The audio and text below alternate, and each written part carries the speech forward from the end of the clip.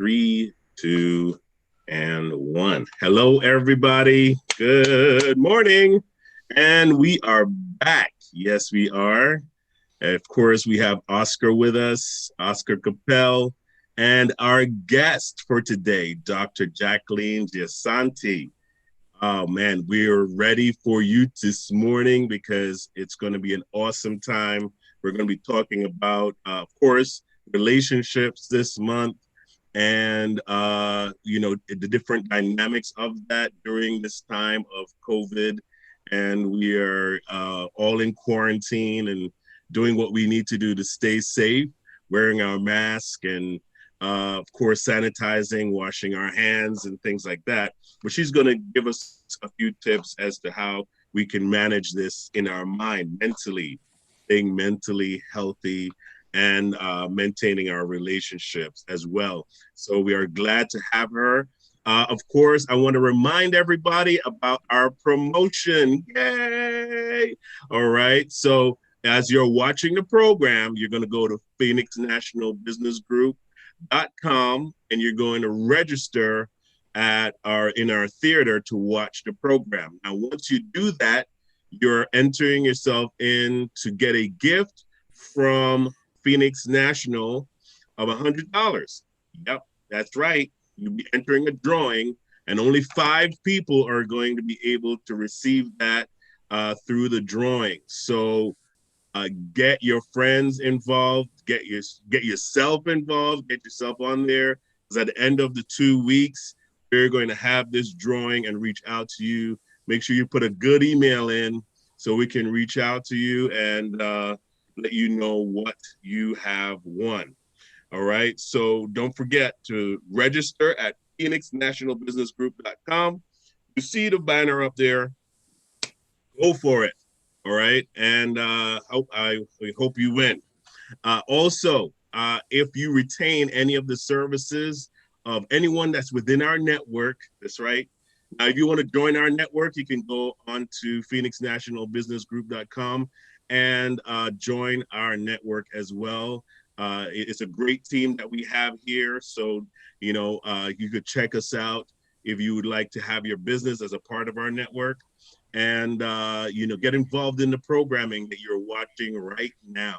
Absolutely, you are invited to do that.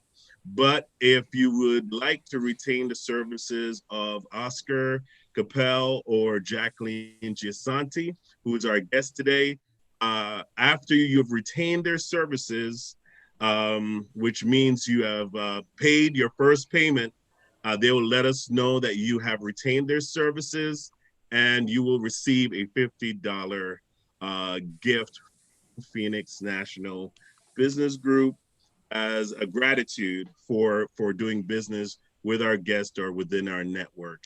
That's also available to only 5 people. Now, imagine if you are the selected person to win that $100 and you retain their services, that's $150. All right. So come on, get ball rolling and register at phoenixnationalbusinessgroup.com so that you can get the gift. We're ready to give it to you. So you got to get going. Okay. Register. So now, without any further ado, I'm going to ask Oscar to just open us up and introduce our guest. Good morning, everyone. We are here with Jacqueline Giasanti. Hopefully I pronounced that correctly. And Jacqueline, give us a background of who you are and what got you started and what you can do for us. Okay, well, thank you for inviting me. Good morning, everybody. And yes, my name is Jacqueline Giansanti. I am a psychologist. I am originally from Uruguay. And I have been working as a psychologist for probably 24, 25 years now. I have my master in science and I am a doctor in human services.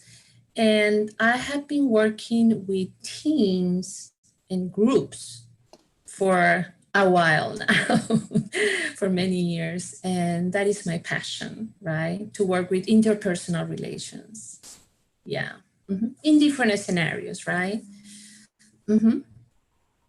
Okay, so when you say you work with teams, what does Mm-hmm. that mean exactly?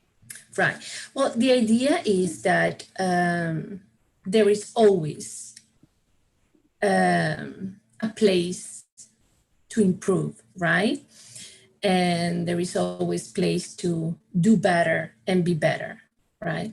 So that's why I love this concept that I would like to introduce that probably many people know, but it's always good to remember and talk about psychological safety at work, right?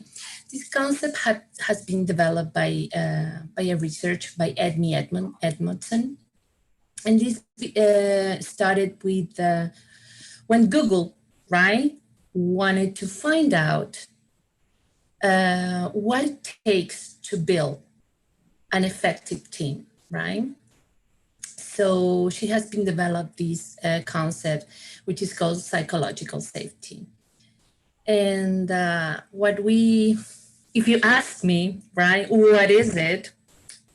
I can tell you that psychological safety is a shared belief, right, that is held by the members of a company. And that means that the team feels safe, right? Feels safe for interpersonal risk taking, right? Psychological safety is like describes like this climate in a company, right? Could be any type of company, it can be a school, can be a hospital.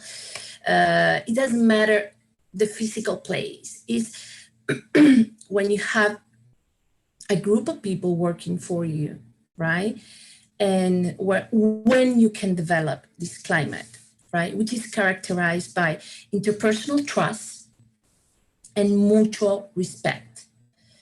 And people like feel comfortable by being themselves, right? You describe that as a company culture? Exactly. As a company culture, correct. That's what leaders should develop, right? So now, my question is, that sounds great Yeah, from the beginning of time till February. Now, exactly. March comes in, the wheels fall off of the cart. How do you restructure that in what we're going through right now with COVID? How do you start from scratch, or do you amend things that you are already doing? Right. Okay, so this is very, very important because, okay, if you think of what we are living and what is a thermometer in people, right? What are people feeling, right? There is a lot of uncertainty. There is a lot of frustration. There is a lot of confusion, right? Or on how I'm going back to work and where I am going to go to work, right? So, yes, we are reinventing the way of working. Yes, we are restructuring, resetting ourselves for a new normality where everything or most of the work are going to be hybrid or remotely or online for a while, right? So we don't have to start from the scratch, because when we talk about psychological safety, we're talking about, and I like to resume everything to words: respect and trust, right? And to believe in the other person. So it doesn't matter if you're looking at me or if you're working next to me. What it matters is you as a leader, right? Developing this climate to people, right? I think yes, it's going to take a lot of, we're going to need to restructure a lot of things. But if you start with this foundation, right, and developing your team and creating your team, and also take into consideration that when you work with psychological safety, you have to have three things to develop it. You have to frame the work, right? as a learning problem and not as an execution problem, right? Then you have to acknowledge your own fallibility. And the third one, which I love the most, is that you have to model curiosity and ask a lot of questions. So, yes, things are going to change, things are going to be different. But if you start with this base, you're going to create another climate and you're going to move that person from all these feelings of confusion and frustration and allow that to come out, but then to build this security. That sounds like a full-time job there. It is, it is, it is. That is why it is so important to that is so important for companies to really choose a good and a sensitive leader, right? Somebody that can understand these principles and develop, right? Yes. Mm-hmm. Now, I have a quick question. Yeah. Jumping in real quick, but Yeah. like, you help companies develop and cultivate that as well. Is that something that you Yes. do? Yes, yes, yes. I did it with different companies, different groups, right? And basically, I have been working with these last years with the autism population. So I have been working with technicians and help them to work with psychological safety, right? Because it is a very difficult area to work. So yeah, And it sounds very intricate. Like, if you have to have somebody that can guide you through the process of doing it, and it sounds like it's very vital to a company as well, because your culture determines whether or not your people are happy working there. And normally people aren't happy working in a place, then you start getting little sectors of revolts. This company's no good because. Yes, yes. Well, it's funny because when I interview workers, sometimes it's like you hear, "Oh my gosh, I gotta go to work. Not again. I cannot even think of talking about this with my boss or my manager. I don't trust my coworkers." That's what you hear, right? And I mean, at the end of the day, that's unhealthy for the company because Right. you're losing value. You're losing tremendous value, right? And when you put the pieces together, right? And as you said, it's not easy. It's not easy. You have to work with the company. You have to work with the leader. You have to train everybody. Not just the leader, because this is like a circle, right? This is a double movement. I can have a great leader, but I have to also do my part, right? And trust, right? And definitely, I mean, there is a lot of results that you can see that, I mean, you improve employee retention, right? When you develop psychological safety. You also find that employees can share their ideas with their teammates, right? You increase the income per employee, right? And also, at the executive level, managers rate employee twice as effective. Right.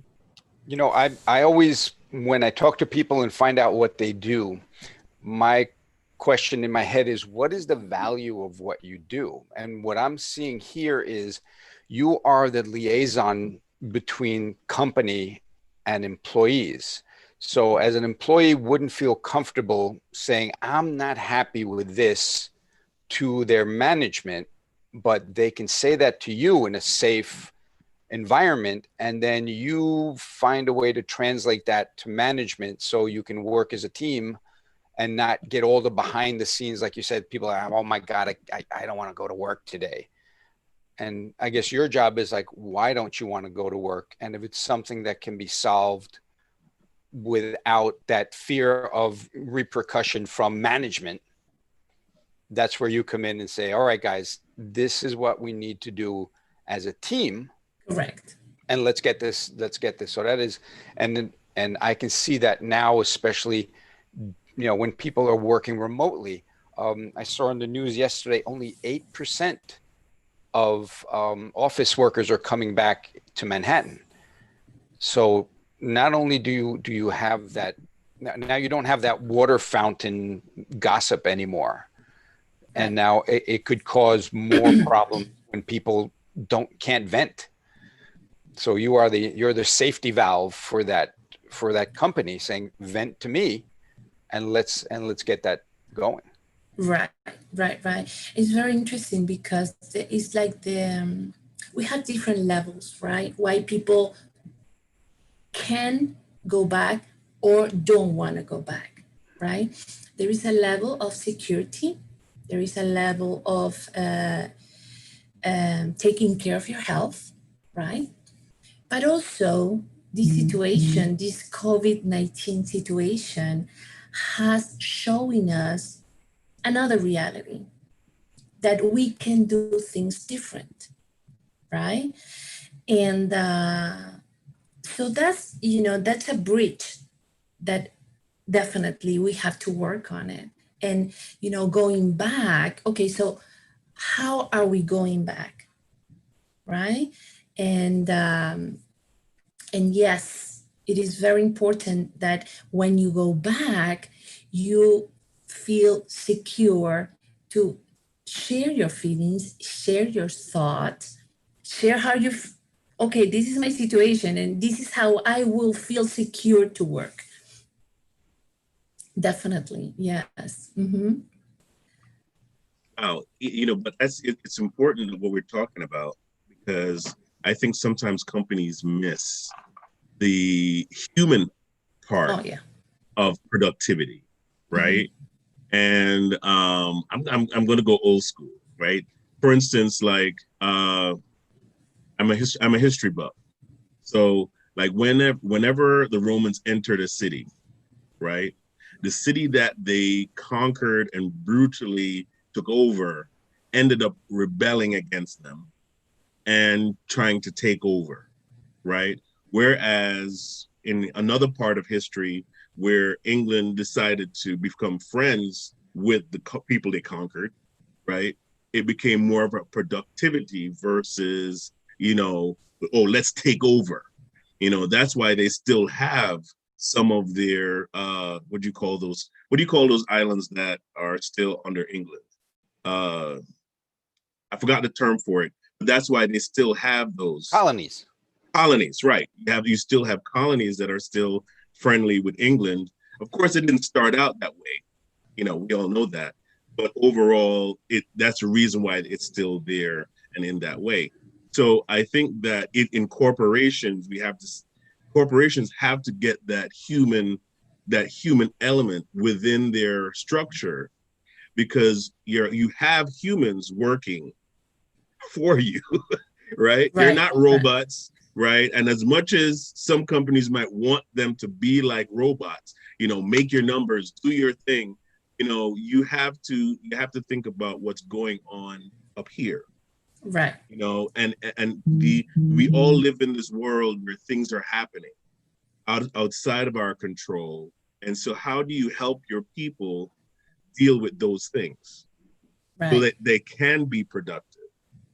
Mm-hmm. Right. And so I think this is an encouraging conversation, mm-hmm. because that's exactly what we need in the workplace. Right. Right. And actually, sometimes you have workers that they have brilliant ideas. Yeah. Right. And because they feel that lack of communication or, distance, you lose those ideas. as a leader, as a manager, right? So you lose value, right? Right. And so important, these two words like trust and respect, right? And also, as I said before, when you're thinking of developing psychological safety in a company, is this model curiosity. Ask your Mhm. employees, what are you thinking? What is wrong? What is there anything that you don't understand and you couldn't do it? Or why didn't you do your report? What's wrong? Maybe Right. the new system is not working properly for the employees. You know what I'm saying? So Hmm. simple things that would allow you to communicate differently. Mm-hmm. I don't know if you guys are familiar with the show Undercover Boss, Oh yeah. where they take an owner of a place and they dress him up and they get to go down into the guts of the company and the lowest worker, and you find these guys have these great ideas and like, we can change this, but I can't tell my manager because they don't listen.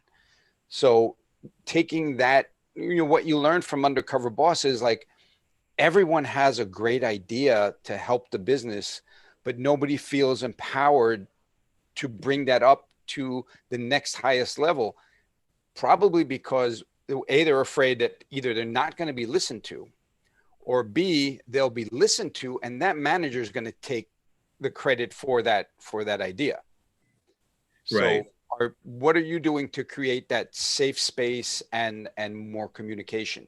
What can you do exactly to say, hey, you have a great idea. How do I bring that to management and still give you credit for it? What is your Or even framework? just like, yeah, I mean, that's the thing is like, I think, like based on some of the companies I've worked for, they base everything on numbers. They don't communicate, they don't talk to the people about, okay, what are you experiencing on your level? And if they do ask, they don't take it seriously because they're only looking at the numbers, right? Whereas when you talk to the people and find out, especially the people that have been working on the main level of your business for a long time, they have a pulse and they have felt the changes within the company and some of the things that have gotten better and some of the things that have gotten worse, right? And they can really tell you, like, look, here's what we're sensing, and do a census as to how your people truly are feeling about the company and where it's going and the decisions they're making, from that human perspective, because chances are if your employees are feeling it one way, your clients are probably going to feel it the same, because how your employees feel is going to translate over when they talk to the client, Right. right? Mm-hmm. And it's really kind of hard to block that emotional transfer, right? Right. Because if I'm frustrated Oh and yes. like you said, if I'm going, oh my God, I got to go to work, right? No matter how much you try to put that front up, it's not natural, you No. know, it's not natural. So your client is going to be like, not feeling you. I'm not feeling this conversation, right? As much as you're trying to sell me this product, you don't even seem convinced, Right. right? Because Right. the associate is not connected to what's going on within the company. So I Right. I, I really believe that it's like it would improve. What you're talking about would be a huge improvement, and that's why I'm going to encourage everyone to call your bosses, talk to your HR people, tell them about Dr. Jacqueline DeSanti. Okay, her phone number is right up there. You see it. Okay, have them call her. Okay, you want her to get involved with your HR so you can get trainings involved within your company, and create that culture that's going to make you happy to be at work. It's not difficult to just make a suggestion. And Right. so Right. it would be great. Go ahead. No, I was just thinking about when you were saying about the numbers, right? Numbers are great. Numbers tells us, it reflects a reality, right? But the thing is how we can combine numbers, right, with Yes. human beings. That's Right. the thing. That's the only Right. thing. And we can do Right. it. We can do it, Yeah. right? I mean, Yeah. we have the tools, right? Mhm. And yes, we're gonna have to be a little bit creative at this time. Well, Right. you have the tools. We don't have the tools. Well, the idea is to get your tools into our companies. Right. Mhm. And Mm-hmm. that is what, and I forgot I think Branson, the guy who did Virgin Atlantic, one question he put out to people is, what is the most important part of your business? And he came out with a happy employee is the best part of your business. Because like you said, Phil, if their heart isn't in it, then it's going to come through. I'm like, Jacqueline will get you to the part where I get to go to work, not I have to go to work. So if you feel productive, if you feel, It doesn't matter. It doesn't matter what is your role in the company, but the feeling of I have to go to work because I have something to give and they're waiting for me. I am part of this chain. You know, it doesn't matter. It doesn't matter what you do. I'm not going to say that nothing is more important than, you know, I mean, The other, everybody's yeah. job is important, right? And I think one of the pieces that is fundamental in this structure is to have a good leader, somebody that knows where the company goes, that it has a clear why. Why are we doing this? Where are we going? Somebody that has, I mean, leadership is everything. Yes. Yeah. Leadership is everything. And I think that is also something that we're going to have to start working on it on these times, right? What type of leadership do companies are going to need? What information needs to be shared? Circulated. Yeah. Exactly, Yeah. exactly. it's like what you said, this is a new beginning with COVID. So now Yeah. all the old rules are out the window. It's like, okay, how do we move the company forward today? Yes, and another component that is very important too is communication, right? Because sometimes, and I've heard this a lot, is employees, workers saying, but I told this to my boss and she didn't listen. And I communicate this. And then I start working, okay, what did you say? How did you say it? Because How did you say it? Yeah. how did you say Yeah. it? Yeah. And then some employees tell me, and I'm like, I don't understand what you're saying. How can you expect somebody else to understand what you're saying? That's Because it. sometimes you do have your ideas in your mind, but it is important to have the right words, the right tone. Be clear on your message. Be clear. Really say what you need to say, right? And so those are things that they all need to be worked and trained. Let me ask you this, right? Because what you're talking about, I don't believe a degree can give you that. You don't believe, I'm sorry, in? I don't believe a degree.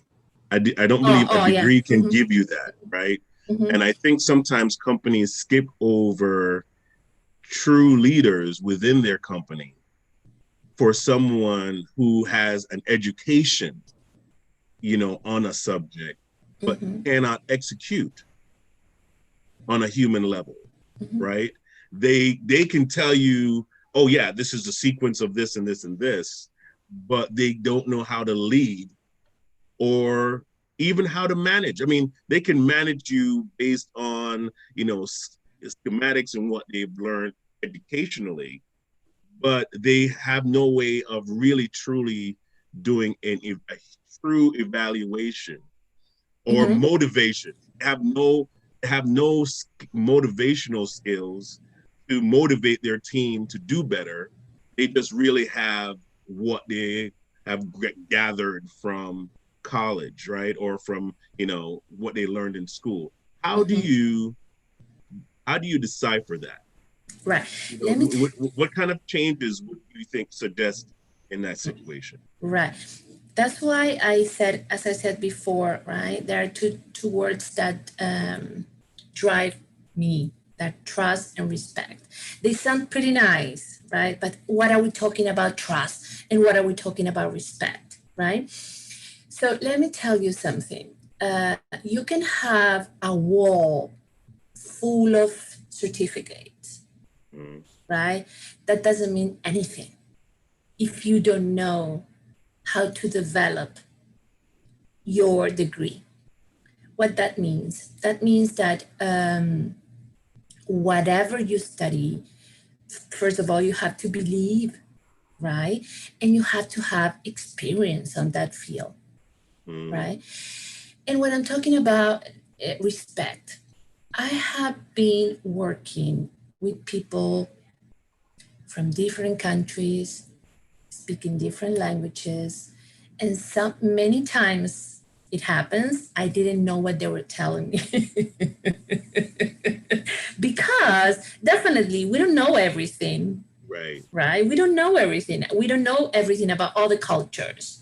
What do they believe and how do they do things, right?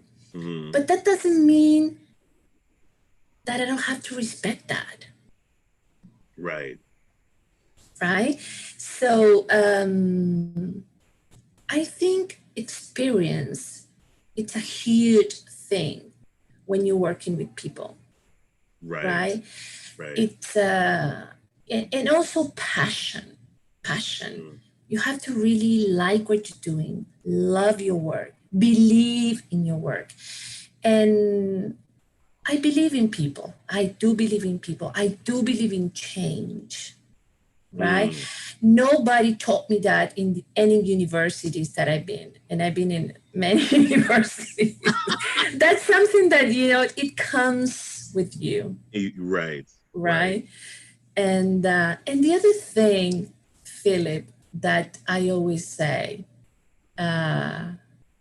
okay, so, and it's related to what you were saying, sometimes, and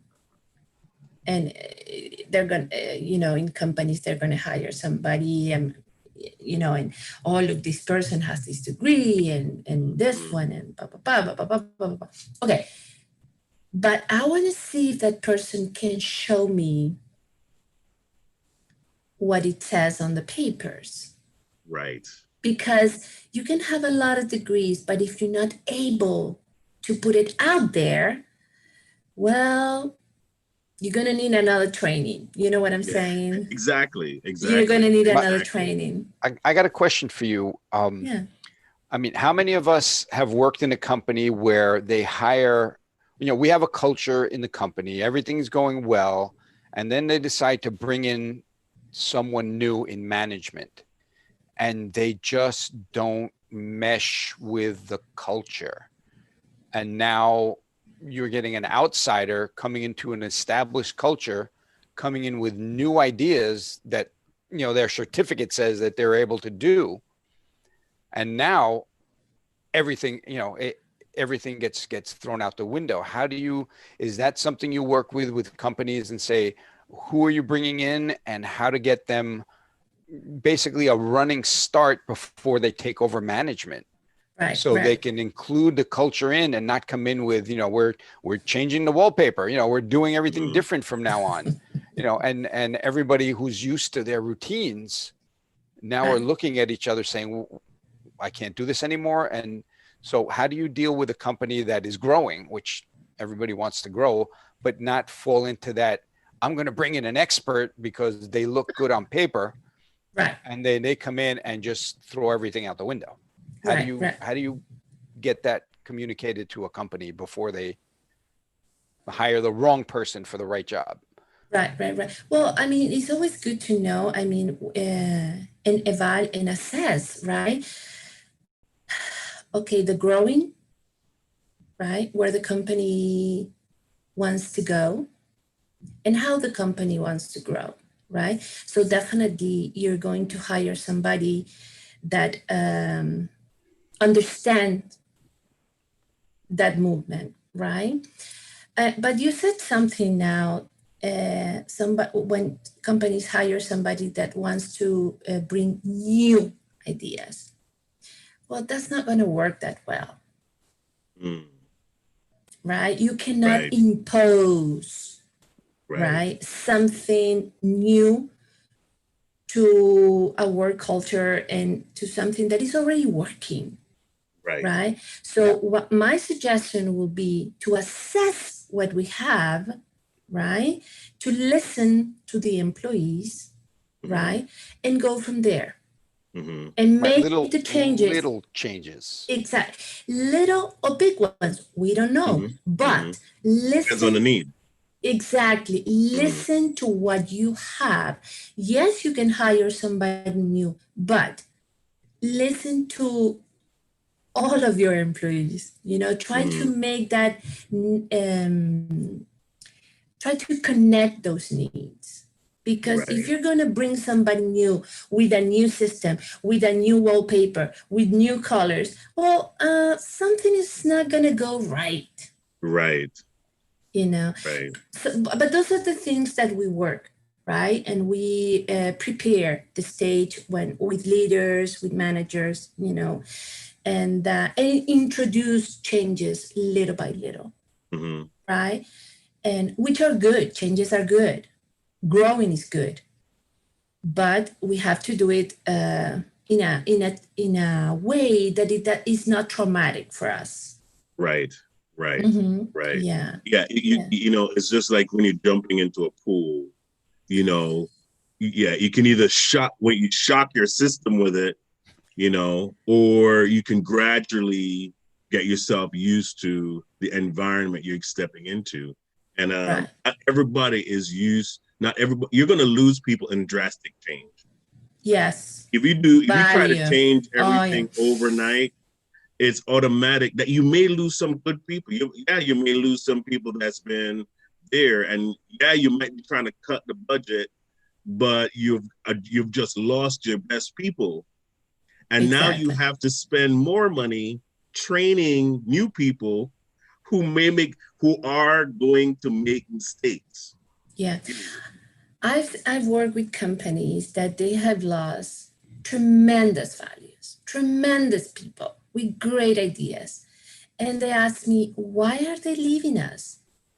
Why in a month I have 4 people leaving the company? Well, maybe you're gonna have to see it. Yeah, because it's simple. It's nothing from from another world. This is simple. This is just about listening, about making questions, about having a posture of, okay, let's work together. I think a lot of managers come in, you know, if you're hired in a position of management, you have the ego of that person coming in saying, they hired me to do something and I'm going to do it my way. Right. And it's like, yeah, that's not going to work. So that, and if you say that, you're ostracized. Yes. But in your head, it's like, I have a degree, you know, they need me to make changes. Obviously, that's why I'm here. And then, you really. Yes. And this is good what you're saying. This is a great point because we are humans. We need to make mistakes. That's it. And we are going to make mistakes until our last day. So we have to know that. Yes. And I'm pretty good at it. I practice daily. Exactly. And then the good thing is to stop and to learn from them. Right. You know, it doesn't matter if you're a president, the CEO of a company. It doesn't matter where you are located. We all going to make mistakes. And that's a key point, is just to train your people on learning from the mistakes. Exactly. You know, it's like they had. I remember hearing about an experiment that they had 2 different groups working on, and one was about studying the process of putting something together versus exercising the process of putting something together, right? Mm-hmm. And so the two teams one team had to build and learn, while the other team had to assess, and learn, right? Right. So when it came to productivity, the team that actually made the mistakes was more productive than the team that was just keeping to check, oh, well, these numbers didn't work.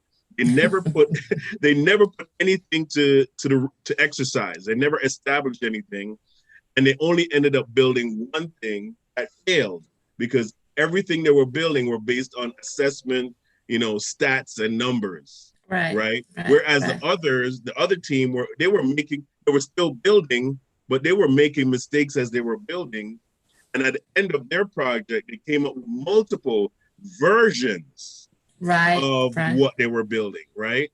And so that, I think companies should learn from that, you have to make that room for learning and for mistakes and from learning from those mistakes, because, and don't be afraid to change your idea, because your idea may not be a realistic expectation. Right. So if you need to change the idea, change the idea. Yes. But make it safe that you can change the idea. That's where Jacqueline comes in. It's like, hey, you're going to make mistakes. Exactly. But let's don't criticize the mistake. Like, okay, what didn't work? Basically, every mistake, and I'm learning, is a prototype.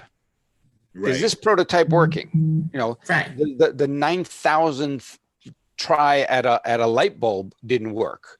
The 4,000th try at the Dyson vacuum didn't work. Imagine. You know what didn't work? Formula 408, the cleaner.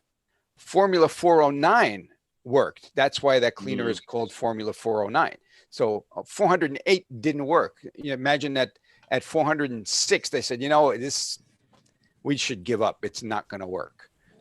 So, you provide that safe space of saying, yeah, make the mistake. What did we learn? Right. And again, respect those mistakes, because it's okay. It's okay. Yes. I made a mistake. I didn't understand. It's okay. And nobody's going to be less for that. Exactly. But here's the problem. And what I've learned, since I'm self-employed, is in school, we're taught not to make mistakes. Do not make mistakes. Do not get a D. Do not fail. So we already went through our whole school system saying, I can't fail. I can't get a D. Even though Phil got a D in language, and didn't fail completely. But, how did that make you feel that, I can't fail? Right. And now you're coming into a business situation where, as an employee, you don't want to fail because, that's a bad thing. And then if you go off to be an entrepreneur, you don't want to fail because, so how do you change that culture of you're taught not to fail, but now you're saying it's okay to fail? How do you get that through to the next? Right. And I think this is huge. This is huge because this, as you said, we learned this from our first day at school, right? First of all, we are taught not to fail. And second, if you fail, maybe you can be bullied. That's the worst part. That's the worst part, right? So sometimes people they don't admit their mistakes, or they are shy or scared because of what they're going to say. So that's a huge part. And the other thing, work on that. I learned trying to cover your mistake is a bigger problem than just saying, oh, listen, this screwed up. If you screw up and then you try to hide it and blame someone else, which is the next problem, you see a lot of management people that they'll screw up and blame the guy down the line for it. So it's that culture of don't make mistakes to the point where I'm going to blame someone who's innocent. Right. So you have a lot of work to do, Jacqueline. I know, but I love it. Yeah, that's it is job security for Jacqueline, because this is. This is Yeah, a huge need. This is a huge need. it is.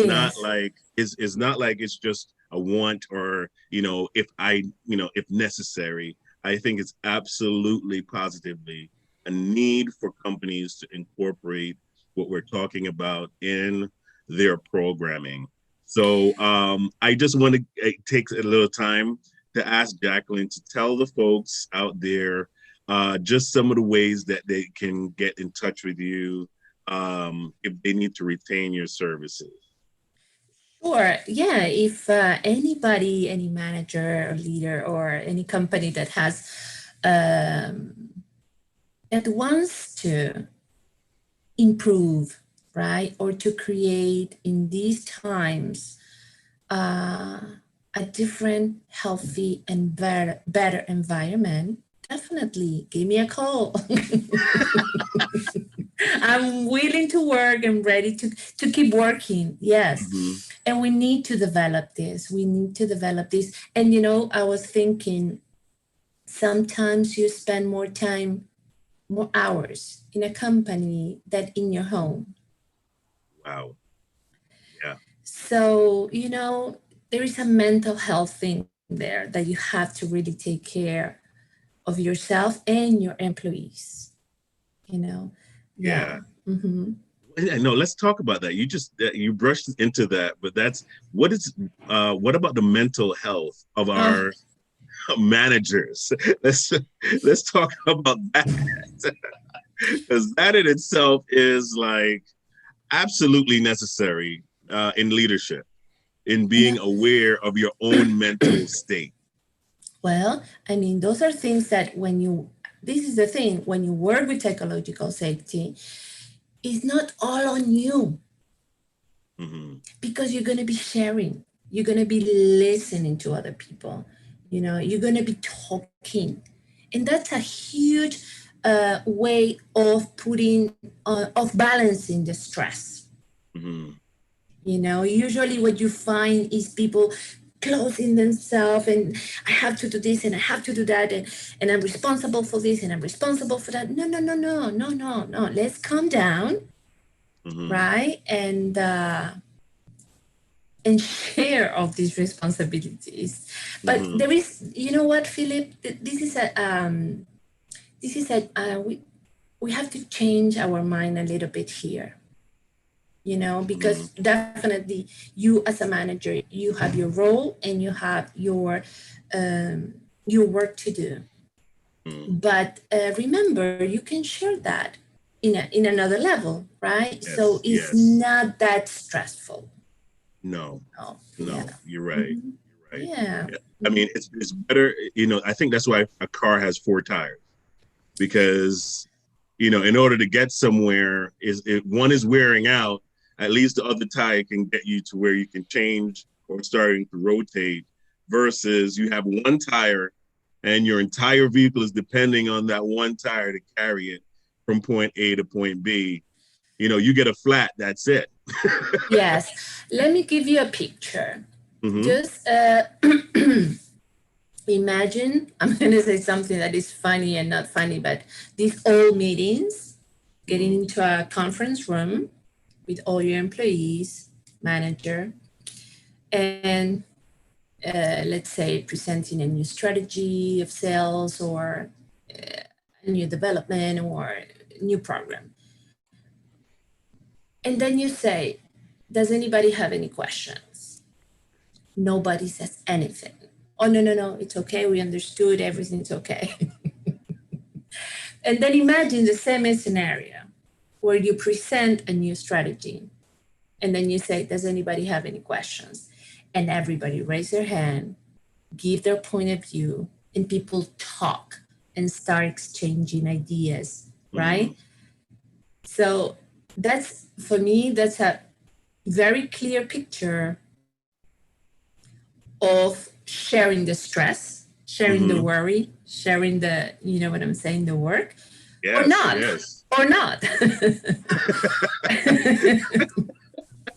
Exactly. So That's Wow. something that needs to be worked. Yes. Exactly, exactly. So, we're going to flow right into our next program Okay. with Joel Jaro. We're going to welcome him on the line right now because I wanted to, this is really flowing really well.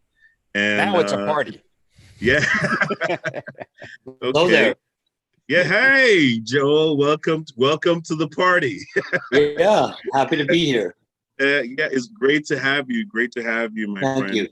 And Thank so we were just talking about business, but we're going to go into kind of Personal flow now. into your one is wearing out at least all of the time. If you can just mute that for a second. Okay.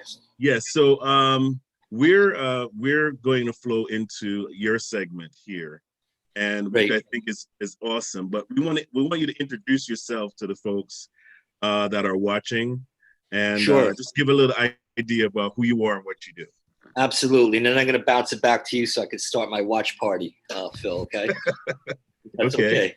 But I like talking. Don't necessarily like talking about myself, but as an overall background, I mean, I've been a therapist on and off for about 30 years.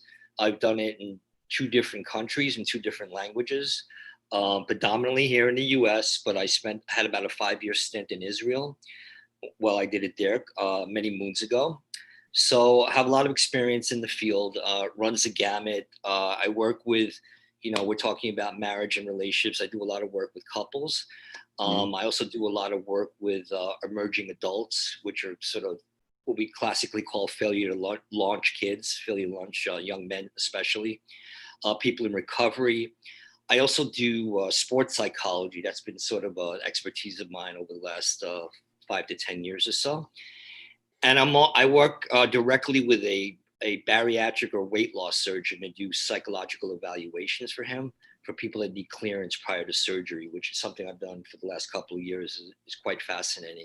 So I've done a lot. It kind of runs the gamut. I've done a bunch of media work, and I've done other things connected to my field, and I'm just happy to be here today. That's awesome. That is awesome, man. So we're going to be talking about relationships and, how we can improve that area of our life. Very important to have that aspect of our life working, because for most part, our home life always affects our work life. It's inevitable. It's inevitable. Somebody dies in your family, you're not just going to be able to go to work and be like, well, all right, let's move on. Sure. These are all this, we have to deal with all these different emotions. So, we're going to get into that, but I'm going to give you a second to get your watch party going. Yeah, let me get that rolling if I can, because it still has it under Jacqueline Gisanti. I don't know if that makes it. Yeah, no, we switched. It's okay. Okay. So we are definitely going to be talking about a different aspect of relationships. Husband and wife relationship. We have relationship with our kids as parents. And I'm going to tell you firsthand, when I became a parent, I wanted a manual. I expected to have a manual, and it turned out that the manual was the wrong manual. I was reading it in Chinese, and and it was actually on the job. Korean. It's on the job training. I felt the same way. Our daughter was born, and they're like, "All right, take her home." I'm like, "Where are the instructions? Where somebody give me a book." Somebody, there's no recipe book, unfortunately. So yeah, I mean, we're not trying to create a manual, but we're trying to give some guidelines, because every situation is different. But if if the advice you're going to hear today applies to you and you can use it, we totally encourage you to grasp onto it and apply it. And also, I want to remind everyone that if you retain services of any of our guests on the program or anyone within our network, for 5 people that actually we pull from a drawing, 5 people that will receive the gift of $100 from Phoenix National Business Group just for watching the program. And you're going to ask a question. So I'm just going to go on and look at it and then go back off. Yeah, well, that won't qualify you. You have to watch the program and in order to receive the gift that we have available for you. Also, if you retain the services of any of our guests or anyone within our network, you will receive $50 as a gift from Phoenix National Business Group. So let's say you call Joel Jaro or Dr. Jacqueline Giasanti, and you retain their services. They'll call me, they'll let me know, Phil, you know, after that program, someone called me and they're now my client. They've already paid in and got my, you know, they're now a client of mine. We will send you a gift of $50 for following through and retaining their services. So don't miss out on this opportunity. It's only for 2 weeks. So don't watch the program after 2 weeks and say, Phil, you know, I put in. No, it doesn't work like that. It has to be within, but before the end of August. So this offer is only until the end of August. So go ahead and do it right now. Don't procrastinate. Do it right now. All right. So again, we're going to welcome Joel Jaro. He's going to come and we're going to talk about just ways that we can improve our relationships, our personal relationships. Welcome, Joel. Thanks again, Phil. Anytime. So first question would be, go ahead, Oscar. Joe, as Phil's talking, I'm like writing down a bunch of questions that I can ask you. So you might hit them, but you know, before I ask, but just in case, we're talking about relationships. And you are a psychotherapist. You work with couples. You work with individuals. Yeah. Give us a little background on that. Well, as I said earlier, I do a lot of work with couples, primarily individuals, young adults and up, like 17 plus. In terms of this virtual world, this is somewhat familiar to me because I've been doing teletherapy or virtual sessions for a number of years when I started working, say, with seniors in high school, and then they went on to college, and then I would work with them in their respective colleges throughout the US and outside the US. And then I would see them on their breaks or see them in the summer, et cetera. But couples work has been a specialty of mine. I actually have a specific technique that I utilize with couples if you're interested in hearing about it. Yeah. Okay. It's a technique called imago relations therapy, which is based on a theory developed by Harville Hendricks. And I would highly recommend reading him. I don't know if there's a possibility to put a link up later or people could just jot this down. But his name is Harville Hendricks. And his sort of Bible is Getting the Love You Want. It's a pretty popular book. And a lot of my couples work is really based off of his theories. Obviously, I've tried to shape it to make it my own. But essentially, the premise of that work is to put yourself in the position of your partner. And I think that there's intersection between this theory and everything else that's been talked about in this series, whether it be business. And I'm sorry, Jacqueline, I didn't hear the beginning part of your presentation, but I know business has been talked about, family's been talked about and discussed. There's an intersection in this, in that's, I think the main problem for most of us is we don't put ourselves in the shoes of our partner. And that could be a business partner, by the way.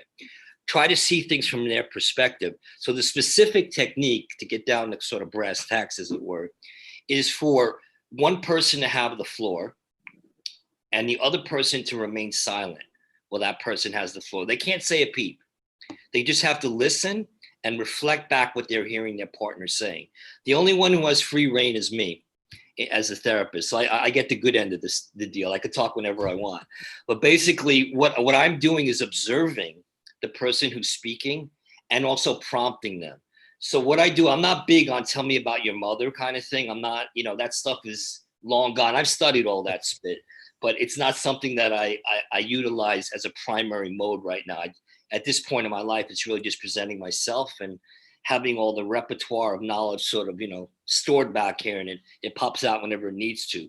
But technically within that, I need to explore people's childhood, and especially their wounds, because those wounds of childhood, if they haven't been worked through, oftentimes carry over into adulthood, and therefore will carry over into the relationship.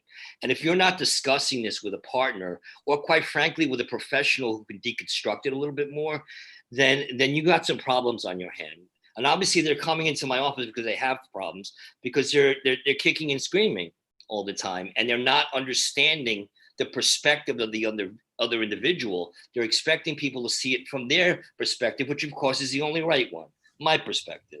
Well, that doesn't work, obviously. So the idea is for that person to remain completely silent. The person has the floor for 10 minutes or so. The partner has to reflect back exactly what that other person said without any commentary. Just reflect back what they said in the first person. I felt like this when I was picked last for the baseball team. I felt like this when I got the worst grade in class. I felt like this, blah, blah, blah, blah, blah. I felt like the black sheep in the family. My brother or sister was a golden child. The partner needs to hear this, because these wounds will give you a certain level of insecurity that you're not going to bring to the table as an adult. So they do that. The tables are now turned. The other partner gets involved. The same exact scenario. They speak for 10. The other person reflects back. Starting with childhood, I interject when I'm hearing something that really stands out. Okay, last picked on the baseball team could be a very big trauma, especially for a guy. Thankfully, now girls are more involved in sports, but unfortunately, that can also be an issue more for this generation of young girls, young women, where that dynamic will take place. But going back, previous generation was essentially boys, and that becoming a real ego issue for them. So that's a trauma. And it's not just being picked last on the baseball team. It means that there's something deficient in me. And that could carry over into every sphere. I'm deficient as a person. I'm deficient as a man. I'm deficient as a father. I'm deficient in every area, and I just can't express it, or it's too difficult for me to express. What happens is they talk. Now the idea is for each partner to become empathetic, and they usually do, because now you're really essentially, I don't like the term so much, it's overutilized, you're feeling their pain. And then what we do is once they sort of reflect back with each other, what went on, now we all talk together freely. And we talk about these wounds, how it affected you from childhood. And then more importantly, how do you come to terms with them as an adult? Because I'm not a big, victim person saying that, well, because of these wounds, you're doomed to X, Y, and Z for the rest of your life. No, it's because of these wounds, you need to work through them, knowing that you can only work through them so much. We got to be honest about it. Just not to get too much into developmental theory, but Jacqueline may know this. I mean, our core personalities are basically formed by the age of 4. So we're not going to change who we are at our core at 34 or 54, but we can work around the periphery. And working around the periphery can be very significant, because working around the periphery and being more empathetic to your partner may mean you reacting or not reacting based on your being a little bit more sensitive to the fact that they went through something you can't even imagine. And I'm giving mild examples. As we all know, the things we can experience as children can be multiplied times 100. I gave very mild examples. They can be very severe in terms of abuse, neglect, all kinds of really traumatic things. Growing up in a war-torn environment and then immigrating here could be a million different factors that the other partner is not going to understand unless they feel it in their bones. Not just hear it, feel it in your bones. So you're going to be less likely to lash out at your partner when a hot button, as I call it, issue gets touched upon. And we all know what these are. We all have them, right? We know what our triggers are. I have them. Yeah. Phil has them. Oscar has them. Yeah. Jacqueline, I don't know you, Jacqueline, but you have them. So we all do. And we have to be aware of those hot button issues, but every once in a while we're going to press them accidentally. So it's incumbent upon us as adults now to try to mute our tendency to react or overreact. But if we react, the partner has to be a little bit more empathetic to the fact, I hit that button. Let me just give him a pass or her a pass right now and let things cool down a little bit. I'm really distilling this down, but that's the essential. Yeah, what you're describing is something of like stacking things, and then you don't just blow up because of one thing someone Absolutely. said. It's been, festering for a while. Absolutely. And then there's that tipping point. Absolutely. And your job is to say, these are the things that have been stacking. Don't hit that point because you can see it coming. And I love that you say you can talk for a while and the other one person has to listen.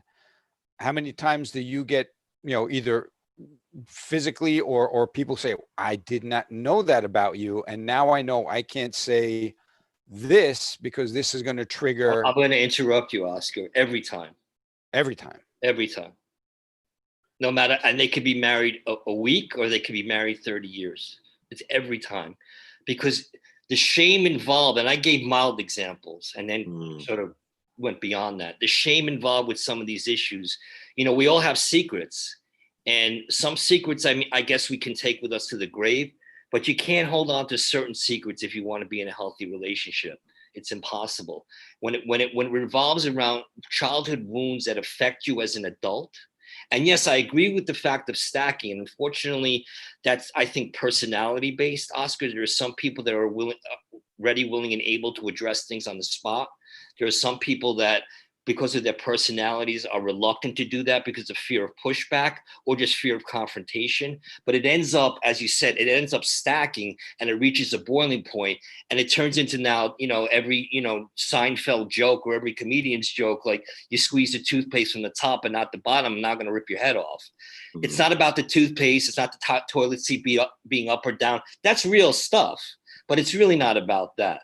That's the sort of trigger point. That's for the explosion. But what goes behind it is all the stuff I'm talking about here. Mm-hmm. And you're right. If it's stacked, then it's going to be explosive. And I try to prevent, and it usually works, prevent those explosions from happening in the room, because now the temperature goes down when you're really putting yourself in the position of that other person that you love. Obviously, they wouldn't be in the room with me if they didn't love me. They would just go straight to a matrimonial lawyer and call it quits. They want to try to work it out. Mm-hmm. So they obviously love each other. So your first relationship is your relationship with yourself. Absolutely. And that's what you start with. Like, how, what's your relationship with yourself? Right. And how is that going to work with another person? If you don't love yourself, like I don't have enough love for other people. So right. Is that part of your therapy, is like, all right, let's find out what triggers you? Big time. It's sort of like the Shakespearean, it's not exactly this, but to thine own self be true. It's more than be true. It's to thine own self, get to know your damn self. I'll give the 21st century version of it. If you don't know who you are, and it doesn't have to be through therapy, it can be, obviously, sometimes you need an objective party in there to kind of observe what's going on and give you honest, direct feedback, which is my MO, by the way. I don't pussyfoot around. I get right in there with people. You're from the Bronx. I'm from the Bronx, and I think that informs me in many ways, quite frankly. I got two Bronx people on the program now. Oh my goodness. Yeah, you're outnumbered, Phil. They got two guys from the Bronx. Well, you know what? Honestly, Oscar, I consider it one of my greatest assets beyond my psychoanalytic training at New York University and, going to Yeshiva University and NYU, all the biggies, whatever. My greatest training was growing up there and learning the importance of being straightforward and the importance of not being deceptive or being inauthentic. And that's a topic maybe for another day, which I think is prevalent in today's society, inauthenticity. And we're on this beautiful medium right now to project this broadcast, but this is a perfect example of how inauthenticity could just, take over in terms of the way one presents themselves, including in the dating world, which we hope we get to in a minute around COVID. But yeah, you have to get to know yourself. You can get to know yourself by hiking Yosemite Falls, which I did, in my 20s. I got to know a spitload about myself then, in terms of endurance, in terms of pushing through your limits. Just one example. But there are millions of ways that you can get to know yourself in terms of who you are as a person, what makes you tick, what is it that you bring to the table, not just your assets. Everybody's good in talking about, and strutting what they got, whether they're good looking or they're this or they're that. The key is getting to know your liabilities, getting to know those flashpoints, right? What is it that's going to affect another individual that you're not going to see? I was just I heard a comedian, Duncan Trussell, talk about this yesterday on a podcast, and he's a comedian, but there was nothing funny about this. He was saying that people who have had near-death experiences or have come back from the dead, so to speak, that their heart stopped or it seemed as if their brain activity had stopped and they were in that, in seeing the light zone, that one of the things they described almost universally, and not just as a Western phenomenon throughout the world, almost universally, they describe the ability to see themselves for the first time, not through a mirror, because you're not really seeing yourself. You're seeing a reflection of yourself. You're seeing your actual self. The best analogy I could give is the way you guys are maybe looking at me, that I can never experience, and the way I see you guys. But to see yourself for the first time can be jarring in many ways, but also reassuring because you also get to know yourself that way. Hopefully none of us have that experience, although actually it sounded very beautiful, and the people that ended up passing, that they ended up having smiles on their face, all the people in his life. He's talking about his parents, and he lost some other loved ones, and there's almost a sense of beauty that took over them. And I had a near-death experience when I was 7. I don't know if you remember this, Oscar, or you were around, but I almost got run over by a car when I was 7, and I was within inches of death. Car took it was on Bainbridge Avenue, if you recall, a large sort of bend around, approaching the gardens. And this woman didn't have a license, and she was doing like about 55 on a city street. You can't even do 25 now. You do 26 and you get ticketed. It was 55 on a city street. She slammed the brakes, did about 100-foot skid. And luckily I lifted my head at the last minute. I bloodied myself up tremendously, got like 50 stitches on my chin, but I was close to being dead. And I remember thinking I had to prepare myself for it. And I remember thinking, I'm going to die. I said, God, I hope it's not too painful. I'm 7 years old, right? So what's your life at 7? God, I hope the Yankees are up in heaven. and I hope it's fun up there. And I got reassured at that moment that I would. And I was at peace. I was ready to go. And I heard people screaming in the background, Joel's dying, or he got killed. Oh, no. So I'm taking a little bit of a deviation here, but basically that's another way, obviously, to get know yourself, because I feel like I got a second chance. In that way, in some ways, I felt like I was being tested at such a young age. But I did see my life pass before my eyes, and I think it made me appreciate life from that point forward, and the desire to really embrace life, which means embracing yourself fully, loving yourself from top of your head to the tips of your toes, everything in between. When you have that, you're golden. Warts and all. Yes. These are my good points. These are my bad points. And there are going to be warts, but when you embrace it, you're golden in terms of relationships now. Because you're not constantly seeing yourself as deficient, or the other end, if it's not warts and all, thinking that you're all that in a bag of chips, right? So everyone needs to kiss your ring. So that's the other end of the spectrum. You don't see the warts. You're perfect.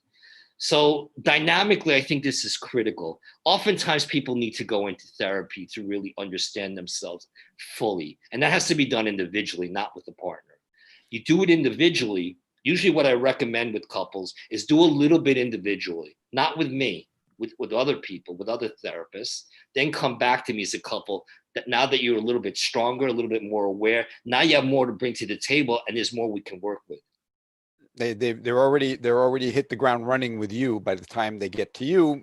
That's the hope. I send them to good people. So it's like, the idea is like they bring more than just anger and resentment to the table. And you said something that it made me think, like you said, you don't see yourself in the mirror, other people do. And like you said, if you can see yourself warts and all, but the way we're carrying ourselves, and especially through this medium, we're presenting not only the best parts of ourselves, but a glorified version of ourselves with, you know, all the enhancement. We can soften things up on Zoom video. So other people are seeing the warts that we don't see, and then we get mad when they call us out on it. Good point. But that's part of it's business, not personal philosophy that I think we have to adopt. Getting back to, you know, you guys have talked about business. You know, I'm going back to, I was just thinking about this earlier. You know, it was one of my favorite movies was Goodfellas. Mm-hmm. And I don't know if you guys have seen that movie. It's definitely one of my favorites. Yeah. It's definitely a classic. I've seen it probably 19 If you times. haven't seen it, we're taking your man card. Exactly. And woman card, by the way. It's a people movie. But there's a scene when the young Ray Liotta first gets pinched, as they said, and he comes out of the courtroom, and Robert De Niro kind of puts his arm around him, and he said, "Kid, I got 2 words of advice for you, if you guys recall it. Always keep your mouth shut and never rat on your friends." Which I always thought was a little bit of a duplication, because if you always keep your mouth shut, then how could you rat on your friends? But maybe it just reinforced the point. Maybe the snitches get stitches philosophy, I think, came out of that movie, even though it's from the 90s. But he reinforced it quite strongly. But anyway, I lost my train of thought. What were we talking about, Oscar? Well, Ed, my next question, because you said something and then that triggered. How we appear. Challenge. Yeah, how we come across. Yeah, and what you said earlier with my ADD brain, you mentioned COVID. Yeah. You know, how is COVID affecting not only, you know, from your point of view, how is it affecting us, and how has that changed, if any way, the way you see people and you treat people? Is that right? And I also want to talk about that in relation to dating, because it's a very big phenomenon. In terms of changing us, I think that's it's fluid. I mean, I'm still trying to examine how it's changing me, and I think I've got it, but I really don't, because I'm getting feedback from my loved ones that you're acting in ways that are not exactly yourself, and I'm really trying to be out there. I'm not one, and I'm not here to judge people, by the way. Everyone has their own barometer for what they're comfortable with or not, and that's to be respected. But I'm not one to give into this too much. I try to be out and about as much as possible. I'll even go to my office. My office is in Irvington. Not in my office now, but I go to my office at least 2 to 3 times a week, even though I'm seeing people virtually because they're reluctant to come in. I go there just for the change of scenery. So I'm in another environment. I'm able to schmooze with some of my colleagues that come in, not many. And I'm able to just walk around pretty grounds, get a little exercise, get a little vitamin D. That stuff is critical to me. That to me is my way of combating COVID is self-care, not just isolation, but getting some sun. You know, I have a little bit of a tan. It was even more so recently. I'm not trying to get tan per se. I'm trying to absorb the vitamin D, taking zinc, you know, ginger, all these sort of natural antibiotic properties, natural anti-inflammatories. Things we don't talk about that much, right? And it's all about wearing a mask and washing your hands, and that's all good, but that's not enough. But the fact that it's not the same. I haven't been into the city since this you know, all went down. That's not me. But, you know, it's the wild, wild west right now. It's just a reality. I'm hearing it from a lot of my friends. So that has put, it's hampered me in some ways, and other things that are being restricted. You know, quite frankly, my girlfriend lives in the Netherlands. I should have been there right now visiting, but the European Union put a lockdown on flights there, so I can't be there. I can't measure the effects that it's having on me not to have that physical contact. It's in some ways eating away at me, and I'm getting that feedback. So nobody could be normal right now. I think it's impossible, but there are levels of normality, so to speak, and right. I think it goes on a scale. And some people are freaked out beyond belief, and those are a lot of people that I treat. And that's where it becomes tricky, because I work with people, say, that are single, that are looking to date. But they present themselves as being, and I'm saying present themselves because I don't always know the answer.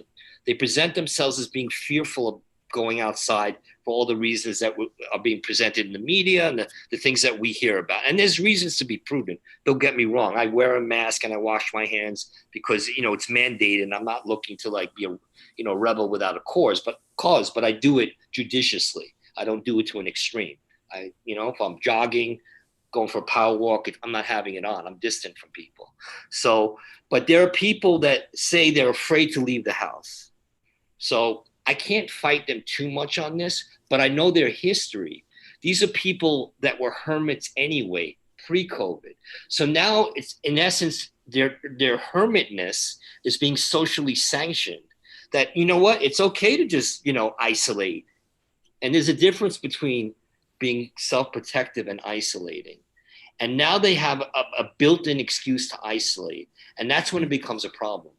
So I have to walk a tightrope with these folks because there's a reality to certain fears, and I can't tell them not to be afraid when you're hearing news all around you, you're looking at numbers, you're looking at stats, whatever, and these can be interpreted differently, obviously, by different people. I'm not one to give into it as much, like most of my clients are, not all. So what do I do with that? I have a female client that it took us 2 weeks for her to go up to the roof of her apartment building in Manhattan and stay up there for about 3 minutes. And it's a roof that's actually, for lack of a better term, finished. It has, lounges and a rock garden. It's a comfortable place to go. It took her 3 weeks to do that.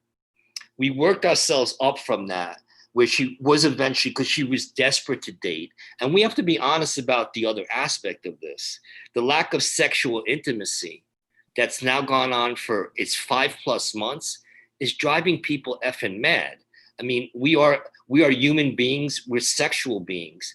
And the fact that that's not happening is also affecting the way people approach dating. And I'll use this person as an example, or another person example. I'm trying to protect, identity. No names, no initials, no anything. She finally decided she was ready to date. She was doing the online stuff, meeting people on eharmony.com. Because of the sexual frustration and the fact that she had to travel, she went further than she normally would have gone sexually, because she basically, because of the drive, it was almost untenable for her not to stay over there. And the initial plan was for her to sleep on a couch and whatever, but it wasn't going to happen. There was too much of an attraction and there was too much frustration built up. So she ended up going further than she normally would have. And then, the proverbial stuff hit the fan afterwards. Unfortunately, speaking about how certain mediums can be used in inauthentic ways. You can present yourself in all different kinds of ways on dating sites. And this particular gentleman was very inauthentic, and his agenda was not the same as hers. His agenda was just a short-term situation and a little bit of like, wham, bam, see you later. And she fell for him. So now she's dealing with, I finally got over COVID. I was able to travel to him. She actually got on public transportation because she's afraid to drive on highways. Took a PATH train, comes back, and now this guy kicks her to the curb. 2 weeks later, she's doubly devastated, because once you get, when the sexual element is brought in, the emotions go very, very high.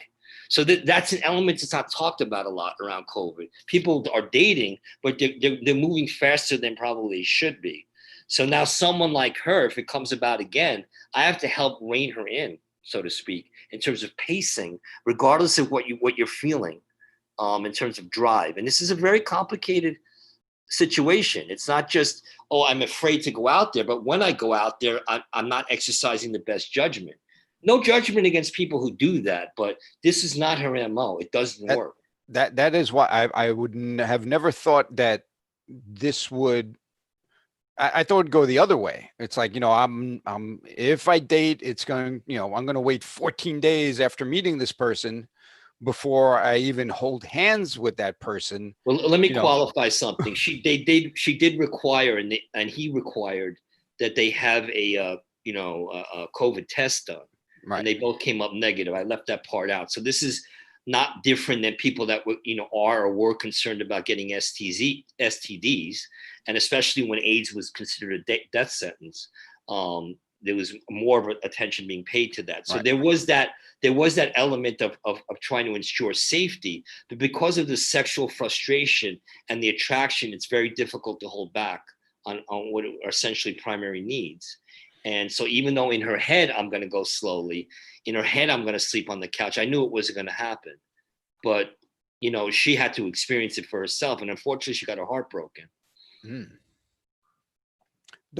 Phil looks like he has a question. Actually, I was pretty curious. I have a ton of questions, but we're running out of away, time. Phil. I want to hear your voice.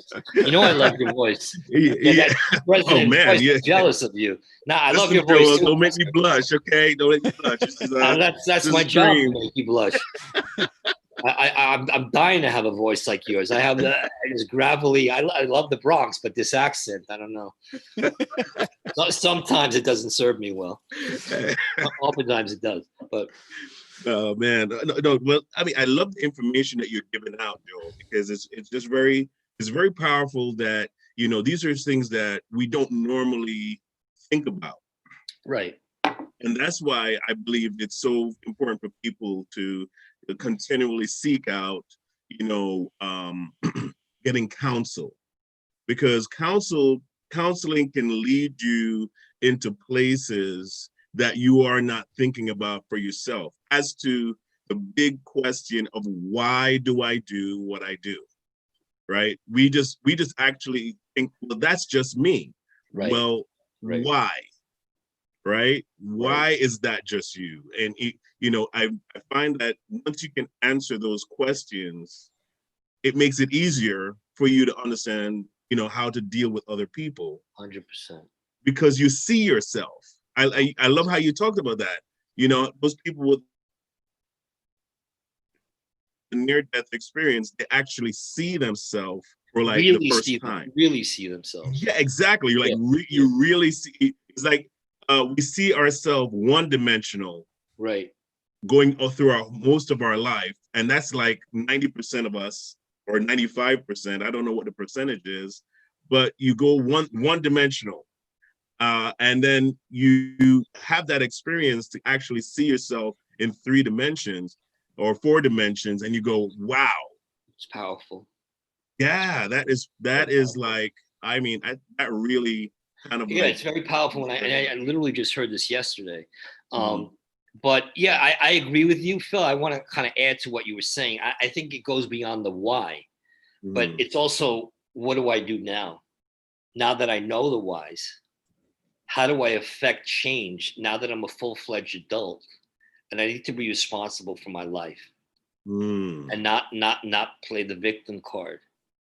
Wow. I'm not big on that at all. And people who know me and work with me know that we're going to get. And it's not for everybody, because I'm not going to give you the tell me more. It's not me.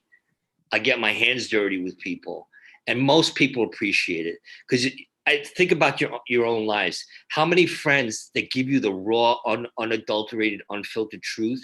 It may sting, right? It definitely stings, and it may take a little bit, time for that sting to wear off. But don't you usually appreciate it, because it's coming from a place of love, because they want you to improve, as opposed to whatever you're doing is great. I love you. You're my friend. I'm never gonna. I always got your back. No, sometimes having someone's back is calling them out on their BS. And we all need it. And most people don't do it because they're afraid. They're afraid that they're going to get pushback, or they're afraid that the person is going to reject them because they're being too hard on them. And I'm not saying I do that right out of the gate. I have to develop an alliance with people and develop trust. It happens over time. But once the trust is established, now we're a unit. It's not me sitting up on a perch and they're down below and I'm the all-knowing guru. But I do have the ability to observe themselves in a way that they can't. Yeah. And they can observe me as well, by the way. And they should, because they're paying money to see me. Observe me till the cows come home. I want to be observed. I want to be told this is landing right, this isn't landing right.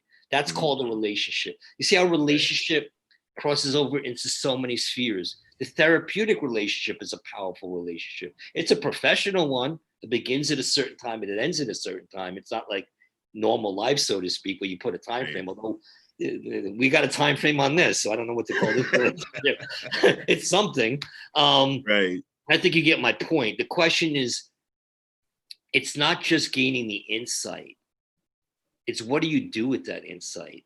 And the key for me is changing your behavior now that you have the insight. You can't change your behavior if you don't have the insight, but if it stays at insight alone, it's basically useless in my view.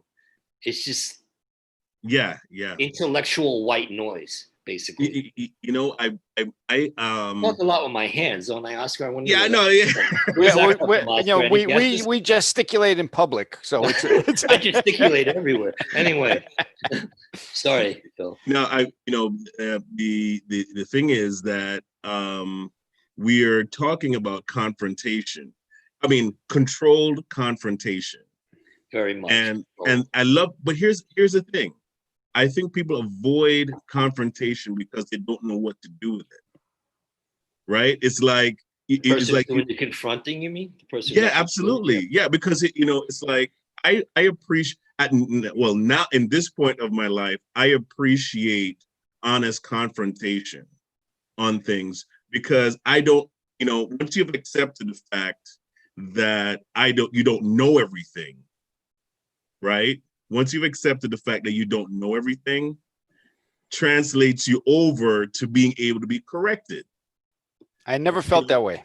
So it's like it doesn't surprise me, Oscar. Anyway, absolutely not. Continue.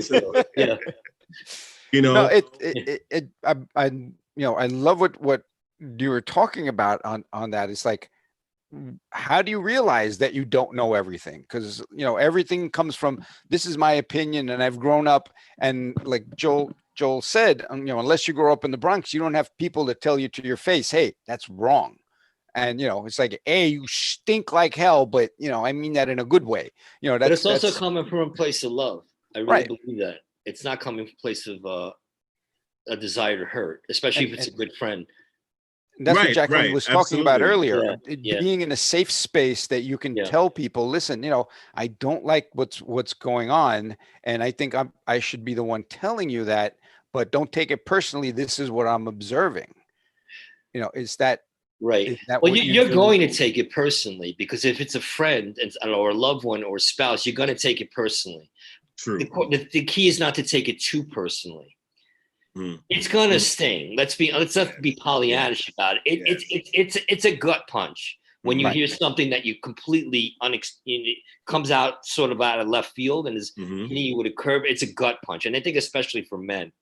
I think as a general rule, women thankfully are more acculturated to being more social with each other, and not just talk about the stock market and sports. And I'm fine in talking about that stuff, but we have to cut deeper. And thank God that women are culturally differently. I think this generation of men are. Let me hear Jacqueline's version of that. Do you agree with that, Jacqueline, or no? Acculturation or? No, I just wanted to say that, and we were talking about this before. Sometimes it's not what you say, it's how you say it. 100%. And the purpose. What are your intentions, right? Agreed. I love to tell my clients, and I love to teach my clients to tell the worst thing in a great way. You know what I'm saying? And don't be afraid. Don't be afraid. It's okay. It's okay. Right. And the other thing, I just wanted to just make a little comment.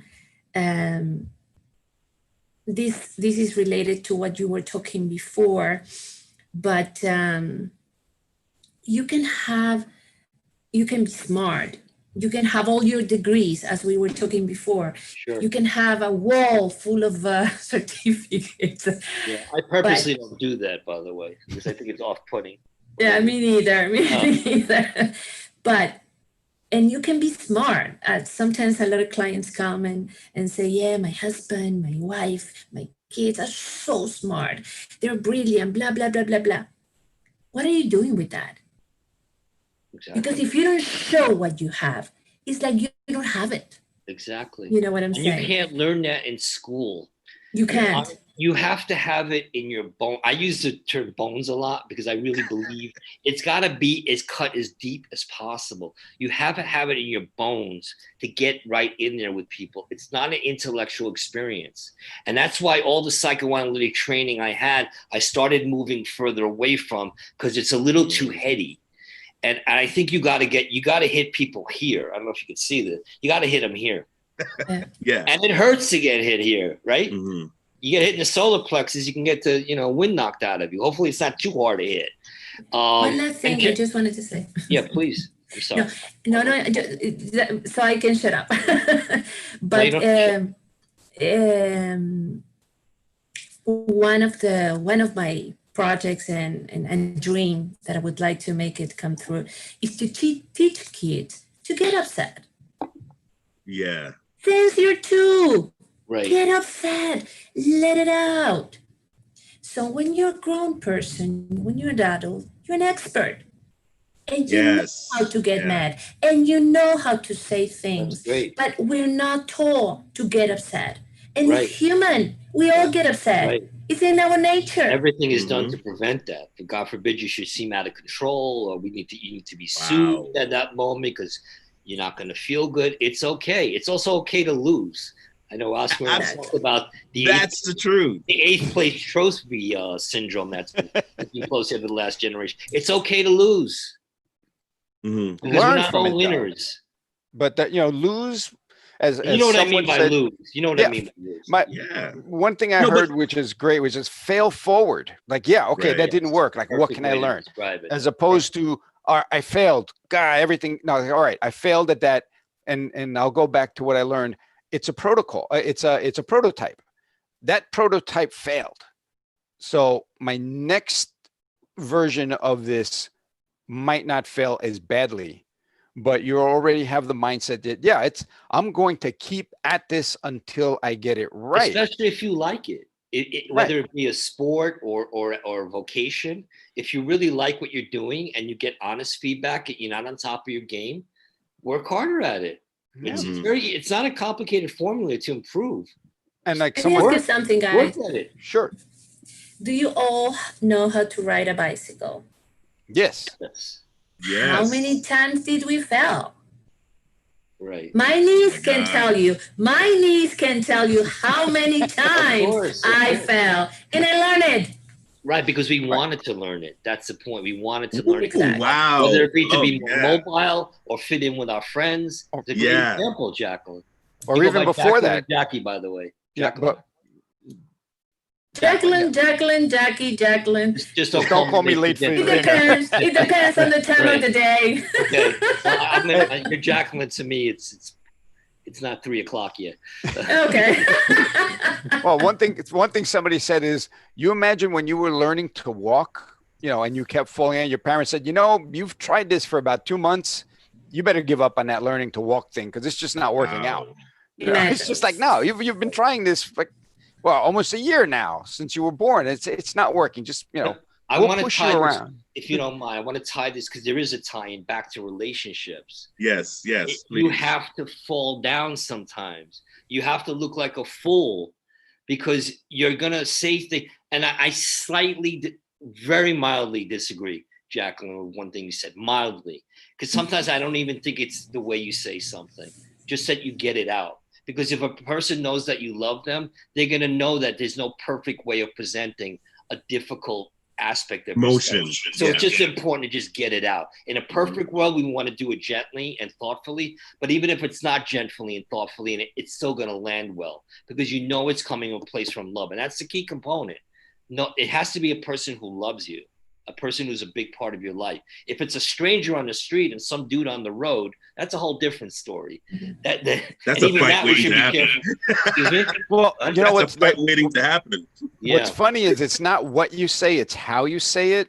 And in this era of everyone texting, you can text something with one intention and they're reading it through their filter. Totally. And it's like, now you got a big fight going on and you're like, what did I say? Nothing. because you can't read tone into a text. Right. Yeah, I was just talking to my girlfriend about this the Mm-hmm. other day, that for many people, you have to text them in order to see if it's okay to call them.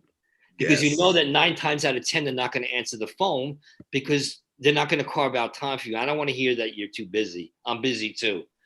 I don't think we carve out enough time for people in our lives. And texting, even though it's convenient and it's quick, and we all do it, and I have to do it, especially in my business, but we do too much of that. I know it sounds like, get off my lawn type of stuff. I know this is the era we live in, but we don't talk enough to each other. We don't look each other in the eyes enough. Yeah. Even this, Yeah. I'm looking at you, for God's sake. Yeah. Yeah. We don't do that enough, and we have to do it more in person, and we have to do it more with our loved ones. And it's talked about a lot with kids. I mean, I work with a lot of younger kids, mostly younger men. I mean, it's hard for them to get them to lift their head up and look me in the eye. They're so used to this. That's all they're doing all day. Their thumbs have gotten really strong, but they don't even know how to lift their head up. They have neck problems. It's funny. My son called me old-fashioned for calling him. Right. There you go. I would call him and he'd go, "Dad, you're so old-fashioned. You're old school, man." Yeah. Because I want to see. You're right. I want to see that response. I want to see how I don't want to just hear him in text saying, "Oh yeah, I'm okay." I want to see that he's okay. I want to feel that he's okay. Of course. And I think that that's something that we can't allow the next generation to miss that. And my concern that's happening. They don't want to be seen. They want to create a facade, and you can create a facade through all these forms of social media. And just when one is popping, now Facebook is for the boomers, right? So the TikTok generation thinks we're a bunch of what are we doing on this stupid Zoom call? This is outdated. Why don't you TikTok and do a dance, and sync it to me? I might do that later, by the way, just to break things up. I know people are bored on the other end, but you know what I'm saying? There's always the next fad. That's true. But the bottom line is, it's not about connection. It's about performance. Yes. Right. Yes. And you don't live your life as a performance. At least I don't believe you can't live a life of authenticity when you're performing. You have to be. But look at these kids now. How many filters are on their social media, platforms? I mean, you can look like a cat. You can skinny your face up. So who are you talking to? Are you talking to a real person? Or even when we're doing this type of call, are you talking to the real person, or are you talking to an avatar of that person? Right. I think it's a little of both. Even in the situation, but I would like to think there's also some authenticity attached to it, because I'm a big believer in people. When people say, "Oh, they did something wrong," like somebody made some off color remark, a sportscaster the other day, and of course he made the requisite apology, and as everyone says, "Well, that's not me." Ask my friends, you know what, brother, it is you, because if you said it, it's you.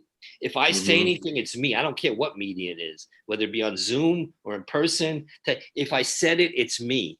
It means that may mean it's a part of me that I need to work through. But don't give me this nonsense that it's not you. If it's not you, it would never come out of your mouth. Yeah, own it now. Own it and fix it. So we're going to have to go because we have run out of time. Oh, come on, Phil. I'm just saying. No, stop. Just getting started. Okay, have stop a with 1 the o'clock jokes. that is impending 1 o'clock at this point. So, listen, we're going to continue this conversation because we are coming back next Tuesday, and Joel is going to be on, and we want Jacqueline to come on too, because we can have this full conversation for a while, and it's a very deep one, a very important one. Right. And I'm sure those who are watching are definitely getting things that they can imply and really think about. And if you don't know how to, reach out to Joel, okay, and touch base with him. Find out how to get in connection with yourself, because it's not something that we're taught to do. And if you're watching, that it's not something that your parents were even able to do themselves. And so sometimes we need a guide through that forest, And so Joel's information is on the board. You see how you can reach out to him. Joel, you want to give them your phone number? I think I only have your email up. Absolutely. They can reach me directly, 917-843-4399. The website is up there on the banner, Phil? No, just your email. Email out. Let me just, if you don't mind, my website, just do a little plug. The website is Jaro, like my last name, Jaro, therapyny.com. Again, the direct phone number is 917-843-4399. I'd be more than willing to field people's calls. Even if people are not interested in therapy and they have some questions about this session, I'd be more than happy to talk to people about it or point them in the right direction if they're looking for something other than my services. But if something resonates for them in terms of what I presented here, I'd be more than happy to work with folks and go into more detail how I operate. My physical spaces, my offices are located in Midtown Manhattan, near the Empire State Building, in Irvington, New York, which is a town along the Hudson River in Westchester County. So just an FYI, but I'm working with people throughout the country because of the virtual work, actually throughout the world right now, because I'm working with people in Europe and Israel as well. So anybody anywhere can get me. We just got to deal with the time difference. That's all. Anybody, anywhere. Anytime, I love that. Anywhere. Anybody, anytime, anywhere. Anywhere. I love that. That's a great cue card. So yeah, absolutely. You know how to reach out to him. Don't forget the promotion that we have. If they retain your services, Joel, we have a gift for those who are watching. You just have to mention the code PNBGLLC when you're making that call. Once your services are retained, you will get a gift from Phoenix National as an appreciation. Well, there you go. $50, right? There you go. That offer is only good for 5 people. So be the first 5. That's right. It's like calling my name in twice already. WPLJ. The first 5 callers get 2 tickets to see the Dead at the Garden. Yeah, exactly. Very important. So I appreciate you guys. Join us next week, Tuesday and Thursday again, where we'll have Joel on. And Jacqueline, listen, we would love to have you as well. And thank you so much for joining us. You guys are amazing. Oh my goodness, this is like such great information. Really, thank you so much for having me. And Oscar, thanks for the coaching questions and causing me to think a little bit, which I knew would happen because I know you. But it was great. I really appreciate it. Yeah, Jacqueline, awesome, thanks for coming on, Jacqueline, and being an adult in the room. Pleasure meeting you, Jacqueline. Thank you. Nice to meet you. Look forward to Take care, everybody. Thank you.